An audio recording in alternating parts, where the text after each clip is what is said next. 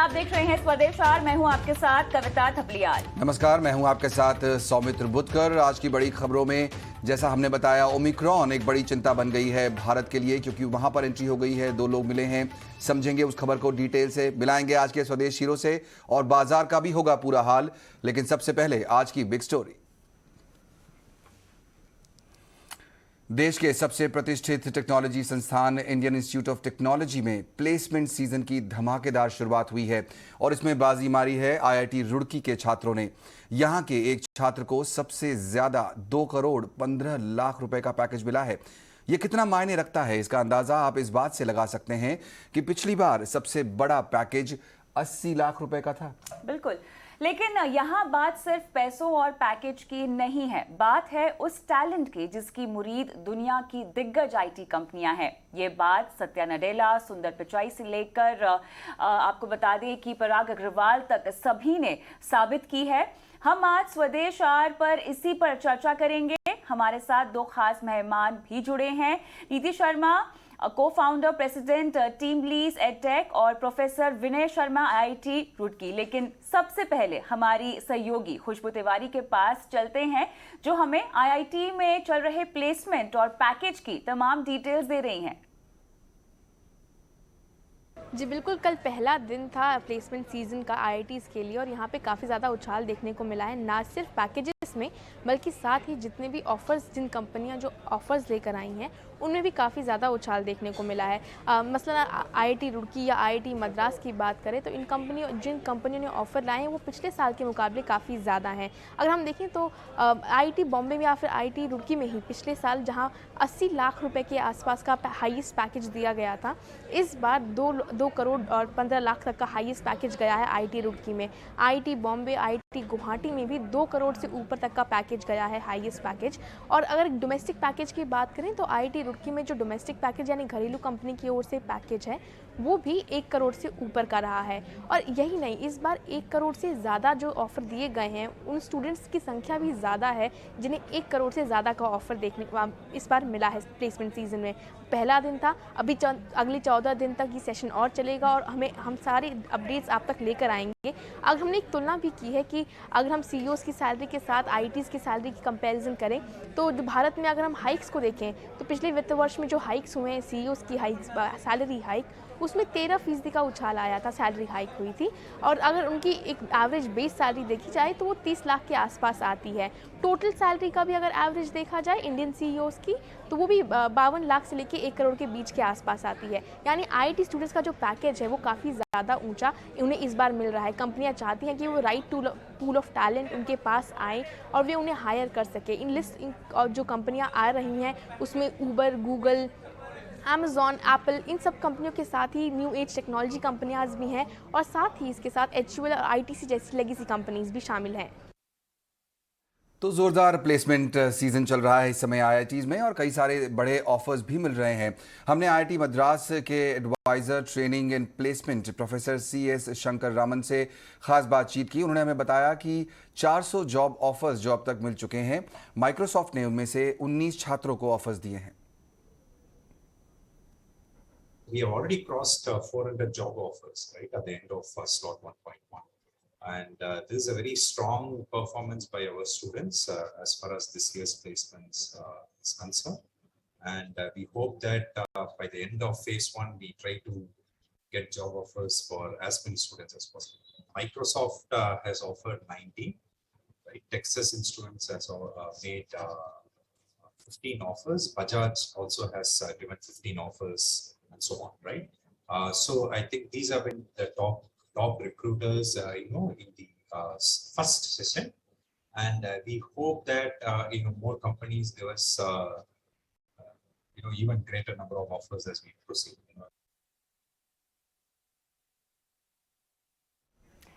चलिए तो इस पर खास चर्चा करते हैं। हमारे साथ नीति शर्मा, प्रोफेसर विनय शर्मा भी जुड़ गए हैं। आप दोनों का स्वागत है स्वदेश आर में। और पहला सवाल नीति जी आपको ही होगा। हमें ये बताएं कि जिस तरह से प्लेसमेंट और सैलरी पैकेज ऑफर किए जा रहे हैं, इसको पीछे जो वजह बताई जा रही है वो क्या वाकई में मायने रखती है? मायने तो काफ़ी है इस बात का ऑब्वियसली, और जिस तरह से आईटी स्टूडेंट्स को बढ़ावा दिया जा रहा है बड़े पैकेज के पीछे, आपको क्या लगता है कि ये एक नया का ट्रेंड ओवरऑल अब शुरू करने के रास्ते में दिखाई दे रहा है?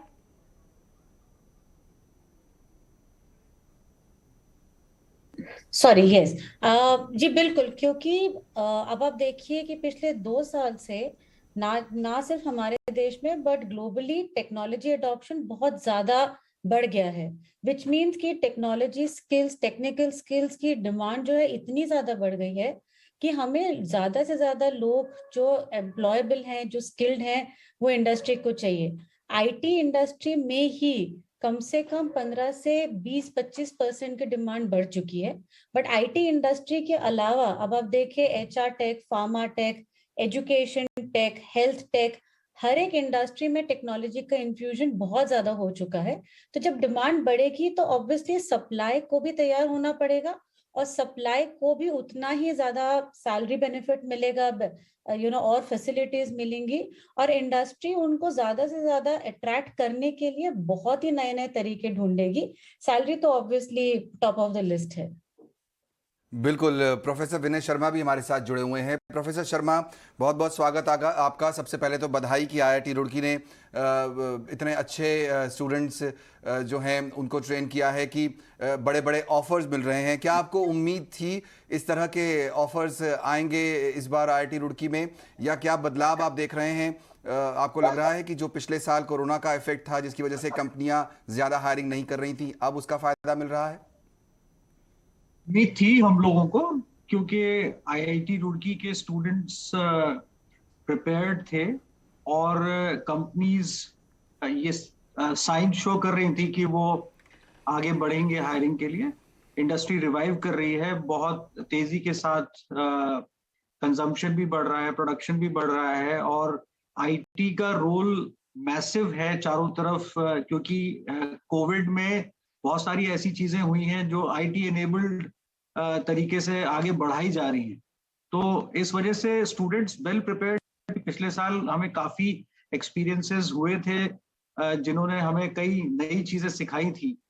हालांकि पिछले साल भी कोई ऐसी खराब स्थिति आईआईटी रुड़की के स्टूडेंट्स के साथ नहीं, लेकिन स्ट्रगल हमें करना पड़ा था। इट वाज थोड़ा नीचे की तरफ की बात थी, लेकिन यह है कि अब इस बार ऑप्टिमिज्म था और शुरू से ये साइंस आना शुरू हो गए थे कि चीजें होंगी, स्टूडेंट्स उसके लिए गए। जी, अच्छी बात है। यहाँ पर स्टूडेंट्स, आपने कहा कि वाकई प्रिपेयर्ड थे, और नीति जी, जिस तरह की डिमांड हमें अभी दिखाई दे रही है, इसमें स्किल फैक्टर मुझे समझना है कि इंटरनेशनल ऑफर्स आ रहे हैं हमारे छात्रों को। हमारे पास जो टैलेंट पूल है, क्या वाकई में इंटरनेशनल लेवल का है कि इतने उम्दा ऑफर्स इनको दिए जा रहे हैं? कुछ आंकड़ों के जरिए भी अगर हमें बता सकें कि कोरोना से पहले किस तरह से स्थिति थी प्लेसमेंट की, और अब कितना सुधार या कितना बढ़ावा, इजाफा देखा गया है? जी, सो आई थिंक कोरोना से पहले, पिछले साल का मैं ज्यादा कमेंट नहीं करूंगी, बट कोरोना से पहले और अभी का जो हम स्थिति देख रहे हैं, ओवरऑल प्लेसमेंट्स, हमने आईआईटी का तो इतनी अच्छी खबरें सुन रहे हैं हम पिछले कुछ दिनों से, but engineering colleges overall, MBA colleges overall, graduation colleges आराम से 25 से 30% तो इंक्रीज है ही है। और जो आप ग्लोबल कंपनीज की बात कर रही हैं और स्किल्स की बात कर रही हैं, जो हम कह रहे थे कि अभी टेक्नोलॉजी का एडॉप्शन इतना ज्यादा हो गया है, तो ना कि केवल इंजीनियरिंग स्किल्स चाहिए कंपनीज को, बट जैसे अभी बिकॉज एडॉप्शन इतना बढ़ गया है, तो हमें डेवलपमेंट स्किल्स चाहिए, हमें प्रोजेक्ट मैनेजमेंट स्किल्स चाहिए, हमें डेटा एनालिटिक्स स्किल्स चाहिए, साइबर सिक्योरिटी स्किल्स चाहिए। इतना ज्यादा तरीके से हम आईटी एक्सप्लोर हो रहा है अभी कि हमारे जो इंस्टीट्यूट्स हैं वो कुछ तो प्रिपेयर कर रहे हैं बच्चों को ये ग्लोबल रिक्वायरमेंट्स के लिए। और आईटी में इन अ वे ग्लोबल स्टैंडर्ड्स बहुत अच्छे हैं, बहुत अच्छे से डिफाइन हो चुके हैं। तो सभी इंस्टीट्यूट्स को, सभी स्किलिंग इंस्टीट्यूट्स को ये पता है कि हमें किस तरह की पढ़ाई करवानी है ताकि बच्चा ग्लोबली जॉब्स ले सके।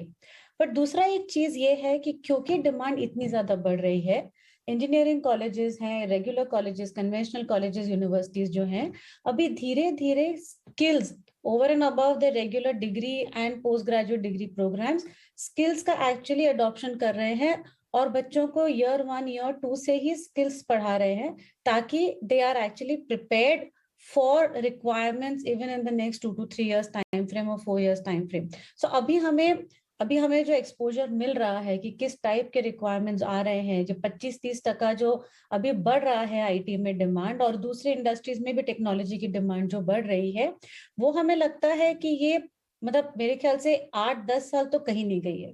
तो ये नहीं है कि सिर्फ इसी साल बढ़ा है, अगले साल बढ़ेगा, क्योंकि टेक्नोलॉजी की अडॉप्शन होगी, नई नई टेक्नोलॉजीज आ रही हैं, रोज ही कुछ नया आ रहा है। हमने पहले AI/ML के बहुत सालों पहले बात सुनी थी, अब उसका एडॉप्शन सही मायने में हम देख रहे हैं कि सभी जगहों पे इस टाइप के टेक्नोलॉजीज यूज हो रही हैं, ऑगमेंटेड रियलिटी हो रहा है, वर्चुअल रियलिटी हो रहा है। तो ये जो स्किल्स हैं स्पेसिफिकली जो ग्लोबल इंडस्ट्रीज को चाहिए, हम ये कुछ इंस्टीट्यूट्स पढ़ाना शुरू कर दिया है, बाकी सबको पढ़ाना बहुत जरूरी होगा। एक और आपने चीज कहा कि हमें पूरी तरीके से यहाँ पर तैयार इस बात के लिए होना होगा कि बहुत सारी कंपनी जो हैं वो अब टेक्नोलॉजी के फ्रंट पर काफ़ी ज़्यादा एक्टिव अग्रेसिव हो गई हैं। प्रोफेसर शर्मा, मैं आप ही से जानना चाहूँगा, एक बात तो ये कि हमारे पास जो खबरें आई हैं जो उनके हिसाब से बहुत सारी आईटी कंपनीज ने हायरिंग की है, और कौन कौन से सेक्टर्स इस समय आए हैं इस प्लेसमेंट सीजन में, और कौन कौन सी कंपनीज हैं जो ऑफर लेकर आ रही हैं अच्छे लोगों स्टूडेंट्स के लिए। और उसी में मैं एक चीज़ और ऐड करना चाहता हूँ, एक चीज़ और जानना चाहूँगा आपसे, वो ये कि ये जानना ज़रूरी होगा कि ये जो 1 करोड़ का ऑफर जैसे मिलता है, तो ऑन एन एवरेज कितने स्टूडेंट्स को ये इस बार ऑफर किया गया है? ये आईटी, जैसा कि अभी चर्चा हो रही है, आईटी अब एक इंटीग्रेटेड पार्ट है हर चीज का, बहुत गहराई से हर चीज में जुड़ा हुआ है, उसको सेपरेट करके नहीं देखा जा सकता। उसका इंफॉर्मेशन टेक्नोलॉजी के बेसिस पर ही सारा सिस्टम रन कर रहा है। तो अब जो है वो वर्सेटाइल स्किल्स की जरूरत पड़ती है स्टूडेंट्स को, जो कि आईआईटी रुड़की के बारे में बताता हूँ, हम लोग बहुत इंटीग्रेटेड सिस्टम्स के तहत उनको फर्स्ट ईयर से ही देना शुरू कर देते हैं, जो उनके पूरे सिलेबस और करिकुलम का पार्ट है। उनके पास बहुत सारे ऐसे ओपन इलेक्टिव्स हैं, बहुत सारे ऐसे फैसिलिटेशंस हैं जिससे वो ये सब सीखते हैं। वो पूरा जो वैल्यू चेन है उसमें कहाँ पर क्या क्या वो रोल निभा सकते हैं, वो पूरा उनको शुरू से ही क्लियर होता है, चाहे वो किसी भी ब्रांच से पढ़ रहे हो। तो इस वजह से आईटी एनेबलमेंट, जो आईटी लेवल, अब वो स्किल नहीं है, वो एक्चुअली एक समझ है, वो एक भाषा ज्ञान है बेसिकली, अगर उसको ध्यान से देखा जाए तो। और उस भाषा ज्ञान के तहत वो कैसे अपनी लॉजिक और अपने इंटेलिजेंस को लगाएंगे पूरे सिस्टम को अपलिफ्ट करने में, प्रॉफिटेबिलिटी बढ़ाने में, ये वो शुरू से ही समझना शुरू कर देते हैं। इसी वजह से इंडस्ट्री उनके लिए बहुत ज्यादा प्रोएक्टिव है। दूसरा, जहां तक सवाल है सेक्टोरल अप्रोच का, तो सेक्टर्स हमारे पास आते हैं हमेशा, क्योंकि हमारे पास हर प्रकार की ब्रांचेस हैं जिसमें वो ये देखना चाहते हैं कि वो किसी पर्टिकुलर इंटीग्रेटेड स्किल के लिए या इंटीग्रेटेड नॉलेज के लिए स्टूडेंट को लेंगे या किसी स्पेसिफिक फंक्शन के लिए लेंगे। अब जैसे अगर सिविल इंजीनियरिंग के किसी स्टूडेंट को किसी स्पेसिफिक फंक्शन के लिए बताना चाहते हैं, तो वो उनसे उसी तरह की बात करते हैं। और अगर उसी सिविल इंजीनियरिंग स्टूडेंट किसी इंटीग्रेटेड फंक्शन के लिए लेना चाहते हैं, तो वो उसे इंटीग्रेटेड फंक्शन की बात है। और वही सिविल इंजीनियरिंग स्टूडेंट जरूरी नहीं है किसी सिविल इंजीनियरिंग कंपनी में ही जाए, वो किसी आईटी कंपनी जो कि सिविल प्रोजेक्ट को फैसिलिटेट कर रही है उसमें भी जा सकता है। तो इस तरह से पूरा सिस्टम आपस में बहुत गहराई से जुड़ चुका है, इसलिए अब इसको सेग्रीगेट करके देखना थोड़ा सा मुश्किल होता जा रहा है। और जो आखिरी प्रश्न था वो, जिसमें आपने कहा कि 1 करोड़ से ज्यादा कितने स्टूडेंट्स को ऑफर है। 1 करोड़ अगर एक मार्कअप है तो इस वक्त हमारे पास मेरे ख्याल से 15 ऐसे स्टूडेंट होंगे, लेकिन उसको मार्कअप ना समझें, क्योंकि वो तो एक ब्रैकेट है।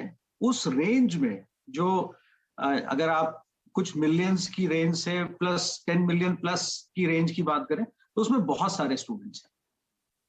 तो प्रोफेसर विनय की ही बात को आगे ले जाते हुए नीति जी, अगर आप हमें बता सके, क्योंकि आईटी प्रोफेशनल होना, छात्र होना, क्योंकि समझाया विनय जी ने, एक बहुत ही इंटीग्रेटेड सिस्टम का हिस्सा होना है। तो ऐसे में जिस तरह का स्टार्टअप का हम बोलबाला देख रहे हैं, सरकार की तरफ से भी इसको तवज्जो दिया जा रहा है, यहाँ पर हायरिंग के किस तरह के ट्रेंड है, कोई सेक्टर स्पेसिफिक, और खासतौर से फिनटेक कंपनियां, स्टार्टअप्स को लेकर किस तरह से आईटी की हायरिंग का माहौल है और आगे कैसे बदल सकता है, बढ़ सकता है, इस पर अगर आप कुछ प्रकाश डाल सकें।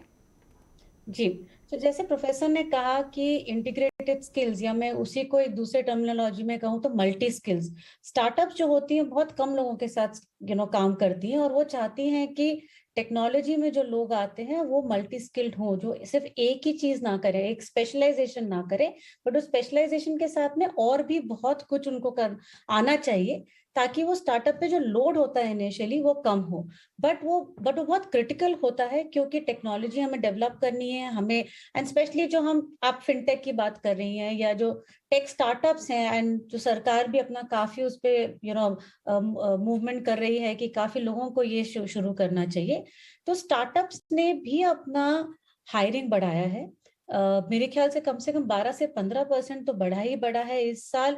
सैलरीज भी मेरे ख्याल से 17-18% के आसपास बढ़ी हैं, और वो इसलिए क्योंकि अगर एक एस्टैब्लिश्ड कंपनी दे रही है 1 करोड़ के टाइप का जो सैलरी पैकेज है, अगर स्टार्टअप उसका 25% या 30% देगी तो उसको टैलेंट नहीं मिलेगा।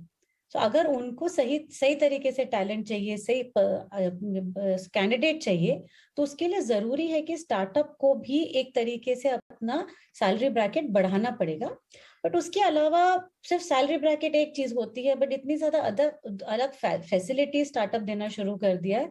कहीं पे मैं पढ़ रही थी, एक फिनटेक स्टार्टअप ने मेरे ख्याल से सैलरीज के साथ साथ सुपर बाइक्स, वो भी एक जैसे फैसिलिटी की तरह सारे टेक्निकल स्टाफ को दे रहे हैं वो लोग। तो मेरे ख्याल से टैलेंट अट्रैक्ट करना एक चीज होती है, उनको अपने कंपनी में रखना एक चीज होती है, सैलरी एक एस्पेक्ट होता है एट एन एंट्री लेवल, उसके बाद में जो ग्रोथ होती है, जो टैलेंट और बढ़ता है।